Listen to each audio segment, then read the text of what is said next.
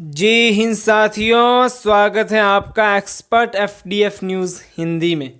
तो दोस्तों, आप सभी जानते ही हैं कि पिछले 15 अगस्त को ही काबुल पर तालिबान ने अपना कब्जा कर लिया था। तब अनुमान लगाया जा रहा था कि मात्र 4 या 5 दिनों में ही तालिबान एक अंतरिम सरकार का गठन कर देगा, मगर ऐसा कुछ हुआ नहीं।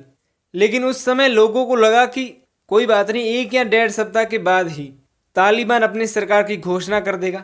मगर उस समय भी अंतरिम सरकार बनाने में तालिबान को 1 से 1.5 महीना लग गया था। यानी 6 बार उसने अपने अंतरिम सरकार की घोषणा के कार्यक्रम को रद्द किया था। और ये सभी के लिए बहुत ज़्यादा हैरानी का विषय था।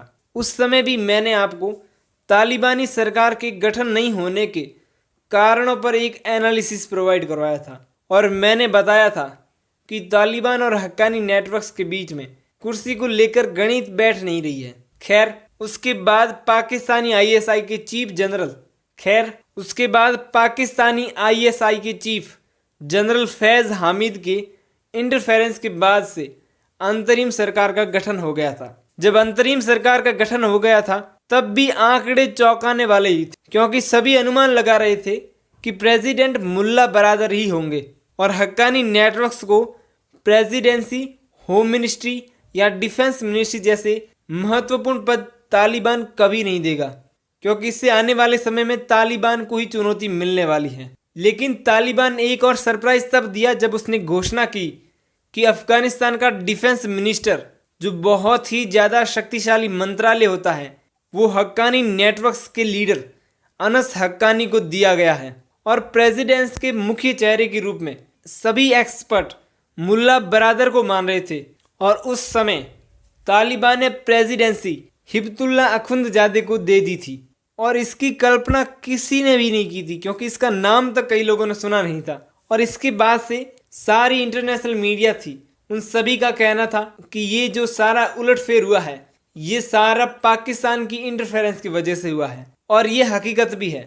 अंतरिम सरकार क्या है, तो मैं आपको बता दूं कि सरकार के अंतिम रूप से गठन होने से पहले सामान्य समझौते के आधार पर बनने वाली सरकार ही अंतरिम सरकार कहलाती है। खैर, जब अंतरिम सरकार का गठन हुआ था तब लोगों ने समझा कि अब तो तालिबान प्रॉपर तरीके से सरकार चलाएगा और अपना शासन पूर्णतः स्थापित कर लेगा। मगर बहुत ही ज़्यादा हैरानी की बात है कि उस समय से लेकर आज तक अफगानिस्तान का डिप्टी प्रेसिडेंट मुल्ला बरादर गायब ही है, कहीं भी नज़र तक नहीं आया है। और उस समय की रिपोर्ट्स बता रही थी कि मुल्ला बरादर और हक्कानी नेटवर्क्स के बीच में झड़प हुई थी, जिसमें मुल्ला बरादर मारा गया। खैर, जो भी हुआ लोग उसे भुला चुके थे।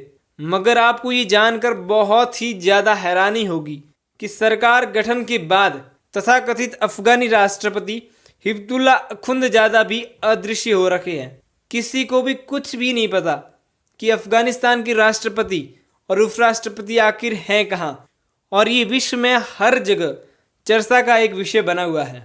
मगर इसी गर्मा गर्मी के बीच में एक ब्रिटिश एजेंसी की रिपोर्ट ने दावा किया है कि हक्कानी नेटवर्क्स ने सत्ता में सर्वोच्चता प्राप्त करने के लिए मुल्ला बरादर को बंधक बना रखा है और राष्ट्रपति के लिए चयनित हिब्बतुल्लाह अखुंदजादे का कत्ल कर दिया है।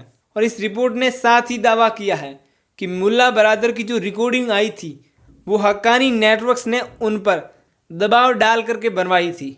और इस रिपोर्ट ने साथ में ये भी दावा किया है कि इन सारे कार्यों को अंजाम देने के लिए पाकिस्तान ने पूरी तरीके से हक्कानी नेटवर्क का समर्थन किया है, क्योंकि पाकिस्तान की आईएसआई व हक्कानी नेटवर्क्स के बीच में पुराने और गहरे संबंध हैं।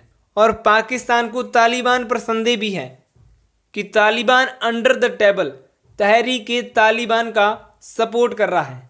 और इस रिपोर्ट का ये दावा अगर सच साबित हो जाता है तो यकीन मानिए कि अफगानिस्तान में एक बार फिर से एक खूनी जंग होने वाली है। और इसमें भी अगर हक्कानी नेटवर्क्स तालिबान पर भारी रहते हैं तो ये पाकिस्तान के लिए बहुत ही ज़्यादा अच्छी खबर है, क्योंकि इसकी सहायता से पाकिस्तान कश्मीर में भी घुसपैठ करवा सकता है, क्योंकि इनके और हक्कानी नेटवर्क्स के बीच में बहुत गहरे संबंध है।